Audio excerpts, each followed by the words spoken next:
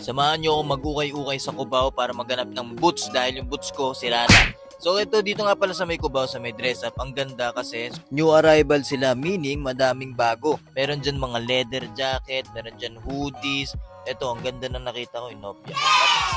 At ito yung leather jacket nila, mga genuine yan pero kadalasan folks. At sasabihin ko sa inyo yung totoo, talagang maganda rito. Totoo yung sinasabi ng mga influencer. Tsaka ito, may nakita ko ditong leather na vest, oh. Alam nyo bang rare yan? Kung gusto mo maging Wolverine, meron din dyan. May mga pambabae dyan. Tapos ito din, ang ganda ng Nopia ko. Diba? By the way, new arrival sila. Kaya kung pupunta kayo dyan, expect nyo na medyo mahal yung mga jackets. Ang sale nila dyan is yung mga pantalon nila. Dito naman sa kalapit na shop nila, meron silang mga Doc Martens na mabibili nyo. Kagandaan dito, mga legit yung mga Doc Martens nila. Tapos, habang naghanap ako ng boots ko, meron ako ditong mga nakita na leather jacket na naman.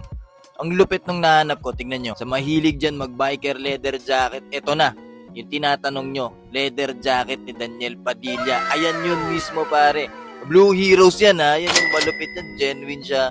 So expect nyo yung mga presyo yan. Siguro mga 3,000, 2,000. Ganyan dapat binibili nyo kahit 3,000, 4,000. It's okay kasi legit naman siya. Tsaka hindi siya talaga magbabakbak. Never. Depende na lang pag sinunog mo. Kung naghanap ka ng mga leather jacket, naku po, dito kayo bumili kasi sobrang daming leather. Kasi may kita nyo pang babae na leather jacket. Meron din mga coat.